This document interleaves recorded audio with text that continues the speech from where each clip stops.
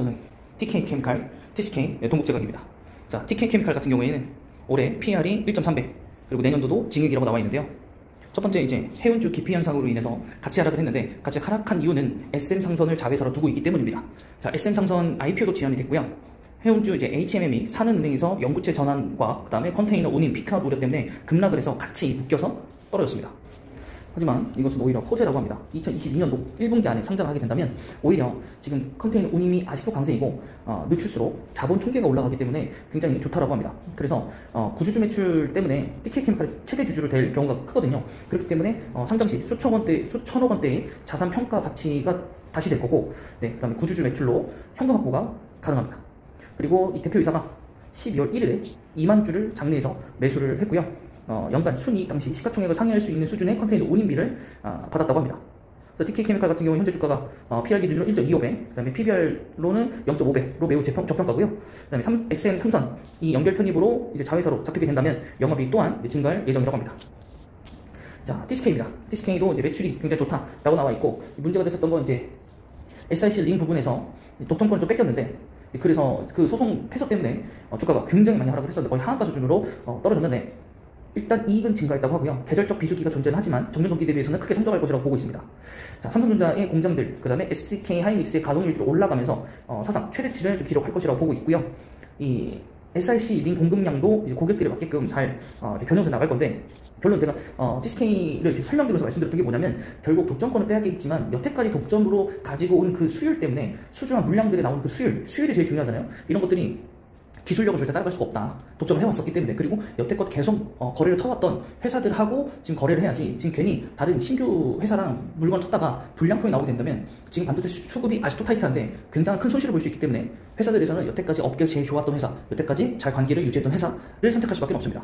그래서 3D 낸드가 224단에서 1000단까지 수준으로 올라가면서 장비 챔버 내에 사용되는 SiC 링이 개수가 엄청나게 늘어났고, 그렇게 된다면 기술력 때문에 TCK를 선택할 수밖에 없고, 그렇게 된다면 실적은 계속적으로 좋아질 수밖에 없다. 그리고 반도체 공급난은 계속 조금씩 아직도 이열이 좀 되고 있고, 올해까지도 계속 다운 사이클링이 살짝 끝나고 나서 지금도 다시 업 사이클링이 시작되는 구간이기 때문에 목표 주가가 19만 5천 원으로 지금 예정이 되어 있고, 네, 그래서 그 위에 한 20만 원 위로도 충분히 나중에 이제 실적에 따라서 올라갈 수 있다고 봅니다.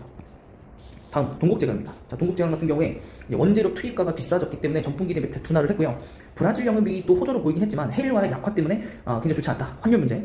비수기이긴 합니다. 하지만 절대적으로 실적의 레벨이 좀 높고요. 3월에 경기 부양 국면의 반등 가능성, 그러니까 제가 다른 보고서에서도 말씀드렸지만 중국이 2월달 베이징 올림픽 이후로 다시 한번 산업에 대해 가동을 돌린다면 굉장히 좋아질 기업들이 많다는 것이죠. 그리고 세계 경제도 좋고 중국이 뭔가 활동을 해야 되니까. 네, 그래서 그 부분들에 대해서 여러분들이 생각을 해보시면 될 것 같고요. 네, 오늘 이제 차트인데 오늘은 좀 하락을 했네요. 네, 그래서 차트상 좀 올라가고 있었던 흐름에서 조금은 보고서가 나온 지 얼마 안 돼서 올라갔다가 지금 다시 한번 조정을 좀 받고 있는 시기인 것 같고, 물론 오늘 전체적으로 좀 장이 막 그렇게 좋은 편은 아니라서, 네, 하지만 월봉상으로 보면 저점 대비해서 굉장히 많이 올라온 것을 확인할 수 있기 때문에 이것은 조금 뭐라고 할까요? 뭐라고 표현하지? 사기도 애매하고 안 사기도 애매하다. 좀 기다려보자. SM 상선 얘기가 뭐 아직 나온 건 아니니까 기다려보고, 그 다음 TCK입니다. TCK 같은 경우에 정말로 주가가 많이 떨어졌었던 주식이기 때문에 월봉부터 보시면, 네, 이때 이제 패소하면서 뚝뚝뚝 떨어진 거거든요. 2달 동안. 우려, 그리고 패소, 확정 이렇게 돼서 그 다음에 쭉 올라왔다가 지금 다시 한번 약간의 조정, 급하게 올라와서 여기서 찍고 다시 한번 이렇게 올라갈 수 있다는 거겠죠. 그리고 또 한 두세 달은 걸릴 것 같습니다. 18만 원까지 가려면. 그래서 지금 24만 원에서 꾸준히 이렇게 흘러내렸거든요. 그래서 이런 식으로 또 올라갈 수도 있어요. 네, 그래서 저는 좀 긍정적으로 보는 측면이 있습니다. 실적이 좋으니까요. 네, 실적이 좋을 수밖에 없기 때문에. 네, 그 다음에 동국제강이고요. 동국제강도 이 실적 때문에 좀 반등 찍고 올라온 감은 좀 있지만, 네, 월봉상으로는 좀 턴 어라운드한 느낌이 있고, 주봉상으로 이제 살짝 튀어오는 느낌이 있는데, 네, 일봉상으로도 이게 지금 사기도 애매하고 안 사기도 애매하거든요. 네, 그래서 이것도 약간은 관망이긴 한데 과감하신 분들은 좀 들어가셔도 될 것 같고, 주봉상으로 봤을 때는 좀 너무 크게 올랐다 지난주에. 네, 그거 판단 좀 하셔야 될 것 같고, 그게 이제 아무래도 작년 12월에 요때 이제 작년 2만 주를 또 사면서부터 이제 구주주들이라든가 이제 기관들이 이걸 보고 좀 들어온 거겠죠. 네. 어쨌든 대주주가 매수한다는 것 자체가 굉장히 긍정적인 시그널이기 때문에, 네, 그래서 실적 보시면 굉장히 좋죠. 굉장히 좋고, 근데 이게 과연 내년에 엽기저가 되지 않을까에 대한 부분들, 그 부분들에 대해서 좀 생각해봐야 될 텐데, 여태까지 코로나 때문에 좀 여러 가지 사업들이 이연된 사업들이 굉장히 많기 때문에 주택도 마찬가지고, 그 부분에 있어서 다시 한번 수혜를 받을 수 있는 종목은 맞습니다. 네, 맞고, 이제 그 회사의 자회사로 인수된 KG 동부지철이고 같은 주가 흐름을 좀 띠고 있습니다. 그래서 동국제강하고 사실 KG 동부지철이 그렇게 큰 차이가 나진 않는데 아무래도 좀 주가가 반이 좀 올라온 느낌이 있어서 좀 부담이 되신다면 KG 동부제철을 좀 추천드리고요. 네, KG 동부제철 같은 경우에도 실적이 굉장히 좋아졌다는 걸 여러분 보실 수 있고 차트상으로 굉장히 좋은 기업입니다. 그래서 요 성장세가 이어진다면 괜찮은 흐름세로 다시 올라올 것 같습니다. 그래서 이번 보고서는 여기까지고요. 영상이 마음에 드셨다면 구독과 좋아요